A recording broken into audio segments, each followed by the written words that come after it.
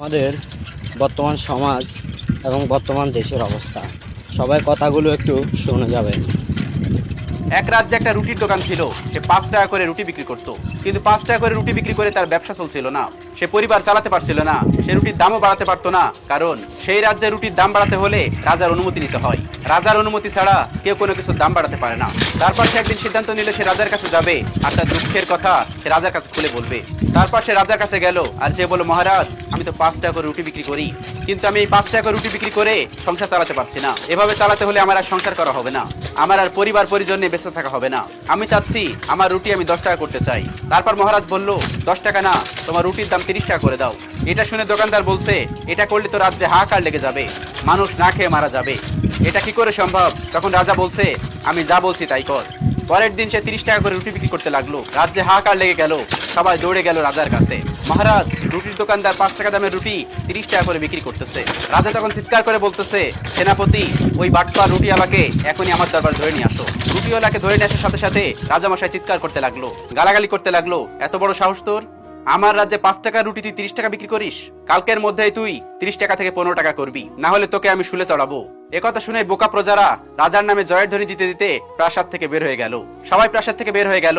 রাজা তখন রুটিওয়ালাকে ডাক দিয়ে বলে, এমনি এমনি আমি তোমার ওদের সামনে গালাগালি করেছি, তুমি কিছু মনে করো না। আর হ্যাঁ, তুমি যেন কত বলেছিলে, 10 টাকা হলেই তোমার চলে। কালকে থেকে তুমি 15 টাকা করে রুটি বিক্রি করবে। 10 টাকা তুমি রাখবে, আর বাকি 5 টাকা প্রতিদিন সন্ধ্যায় আমার প্রাসাদের পিছনের দরজা দিয়ে এসে আমার কাছে দিয়ে যাবে। বোকা প্রজারা 5 টাকা রুটি 15 টাকা দিয়ে খাচ্ছে, তারপরে তারা বহু খুশি।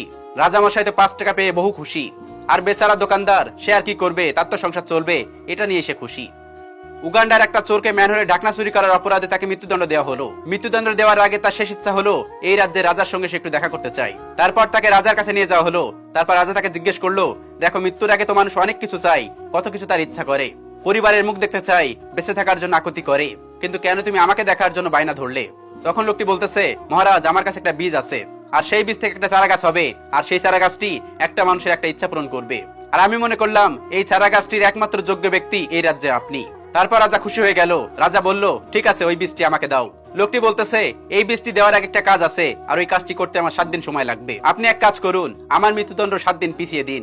তারপর রাজামশাই 7 দিন পিছিয়ে দিল। 7 দিন পেছানোর পর সেই চোরটিকে আবার হাজির করা হলো। রাজামশাই বলতেছে, তোমার কি খবর?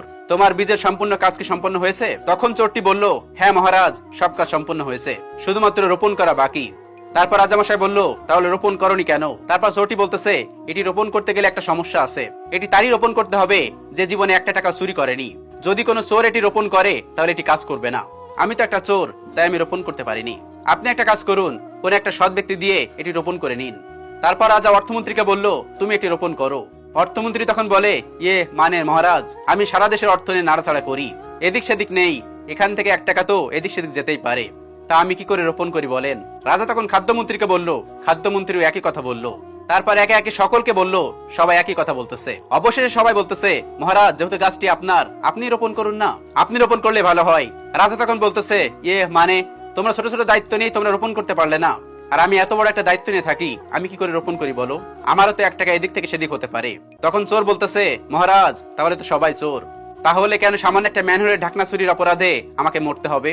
তারপর রাজা কিছুক্ষণ ভেবে বলতেছে, যা, তোকে মুক্তি দিয়ে দিলাম। তারপর হঠাৎ করে একটা মন্ত্রী বলতেছে, মহারাজ, ওকে মুক্তি দেওয়া যাবে না, ও আমাদের সকল অপকর্ম জেনে গেছে, ওকে মুক্তি দেওয়া ঠিক হবে না, কারণ ও আমাদের সকল অপকর্ম জেনে গেছে, ওকে মুক্তি দিলে ও সবাইকে বলে দিবে। রাজা তখন বলতেছে, ঠিকই তো বলেছো, এখন কি করা যায়? তারপর আরেক মন্ত্রী বলতেছে, এক কাজ করুন, ওকে মন্ত্রী বানিয়ে দিন, তাহলেই তো সকল সমস্যার সমাধান। তারপর রাজা বলতেছে, ঠিকই তো বলেছো।